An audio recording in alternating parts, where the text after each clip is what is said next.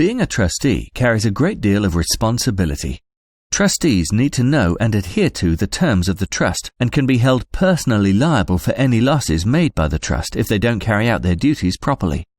So it's surprising to learn that when people set up a trust, they often look to their children, relatives, and people they trust as their choice of trustees to manage the trust assets after they've gone. Baffling when you know that all of the trustees need to be in complete agreement about every decision made, and how often this leads to disputes, especially where the trustees are also beneficiaries of the trust and conflicts of interest can arise. For example, there have been cases where the surviving parent has requested money from the trust, but the trustees, their own children, have refused this, picturing their inheritance being lost. Imagine having your own children in charge of how you spend your money. When an untrained person is appointed as a trustee, decisions will be made which may not be completely in the interest of the beneficiary or beneficiaries, because they don't have a clear understanding of the impact their decisions may have on the beneficiary's inheritance. They could distribute funds to beneficiaries and inadvertently lose the protection a trust offers, undoing the original reasons behind the trust planning, such as asset protection, and so exposing the assets to risk. There may also be difficult and sensitive decisions to be made by the trustees. There could be beneficiaries who are financially irresponsible or at risk of wasting their inheritance, perhaps because they have an addiction or a mental illness. Take Johnny, known for his reckless spending habits. He asks for money to buy a new car. A trustee related to Johnny might find it difficult to refuse him, whereas a professional trustee would simply approve the purchase of a Fiat rather than the Ferrari he'd asked for.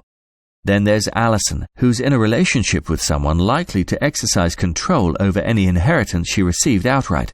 And young Danny, who's disabled and has means-tested benefits he would lose if he inherits a lump sum of money outright. A professional trustee will ensure funds are distributed in line with the settler's wishes, in the most tax-efficient manner, and with the maximum protection. They cannot be swayed by pressure from a beneficiary and take a totally unbiased approach when dealing with the deceased's assets.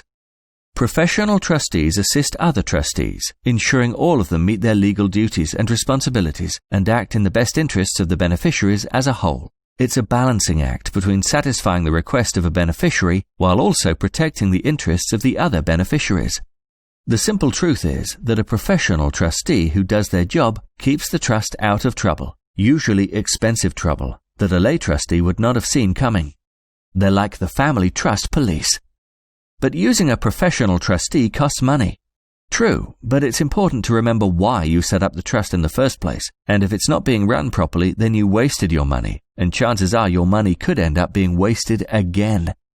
If our car needed some major repairs, few of us would attempt a DIY job and would seek out a qualified mechanic to do the work, in the knowledge that our car being safe to drive far outweighs the costs involved. Cheap can be expensive in the long run. Why take the risk? Appointing a professional trustee means making sure you put your money in hands you really can trust.